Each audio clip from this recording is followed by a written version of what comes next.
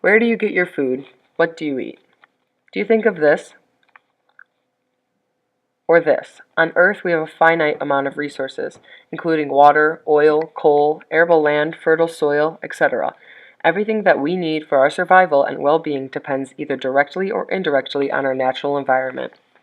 Sustainable resources oftentimes refer to like solar power or wind power, but sustainable food is the use of food in a fashion that it can be provided for people over an extended period of time for the foreseeable future. So that's the application of the word sustainable to agriculture. Our industrial food economy, led by an increasingly small group of transnational food corporations influenced by government policies, is the root cause of a host of preventable public health, environmental, and social justice problems. Industry keeps growing to unsustainable levels until it starts damaging the environment.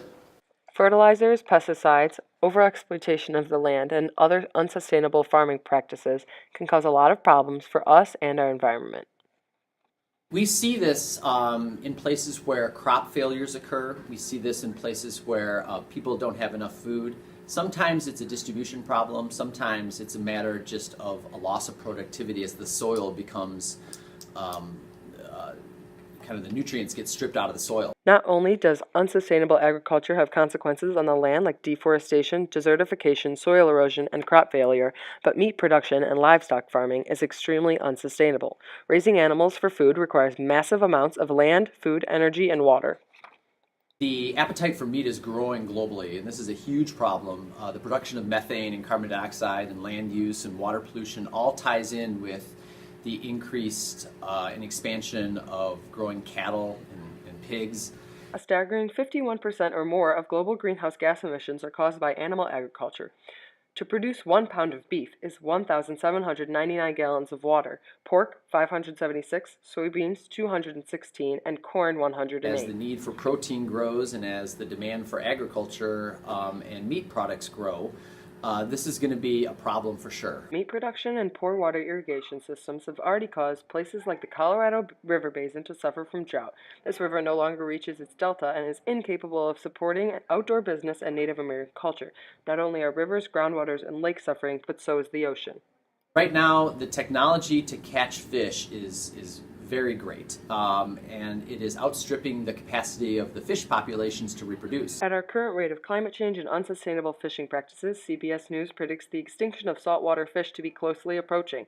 Prey fish are being depleted rapidly, and the ones who rely on the ocean are already seeing consequences. Fish populations only have a certain biotic capacity to grow over time, and as we use drift nets that are miles and miles long that catch everything called bycatch to the actual fish that they're intending to catch, it causes a huge strain on not only the populations of fish, but also dolphins and porpoises and sea turtles and sharks. So there's all kinds of problems with kind of just almost strip mining the oceans of fish. The effects of our unsustainable choices can quite clearly be seen. The resources we have cannot sustain our current systems as our environment continues to degrade.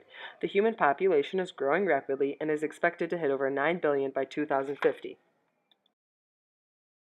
Sustainable eating stems from sustainable agriculture, which is based on an understanding of ecosystem services and uses farming techniques that protect the environment, public health, human communities, and animal welfare. One way cities have tackled this is urban agriculture. Places like Growing Home and the Plant Chicago have made an incredible impact on the environment and their communities. The whole goal is to create this closed loop where one business's waste feeds another business, and there's no waste. Urban agriculture allows fresh produce to be grown using less soil, water, and area, as well as minimizing greenhouse gas emissions from transportation. I think being knowledgeable on the sources of the type of food that you are getting, and maybe a little bit of the history of the type of food you're eating. Whole Foods, found across the United States, provides a sustainability chart for the seafood they provide from the most sustainable to the least. Consumers can clearly see where and how the seafood was caught and choose which product to buy.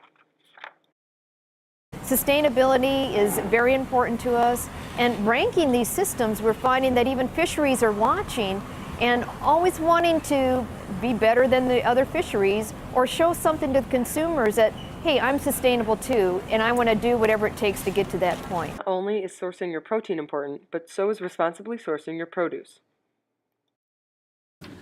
Eating local is also a big thing, just to kind of reduce the impact on the environment. Supporting local farmers, it supports the local economy as well. Farmers markets are a great place to get fresh produce. The markets support your community and small local farmers who have lesser environmental impacts than mass-producing farms that supply grocers.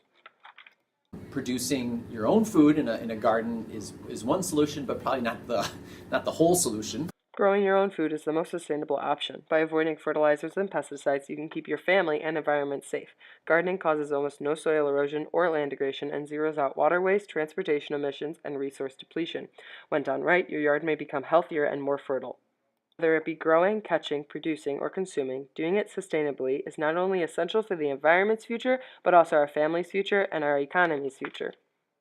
I think being an informed consumer, being a good steward of the land, even as a consumer, is something that everyone can do. Only when the last tree has died, and the last river has been poisoned, and the last fish has been caught, we will realize we cannot eat money.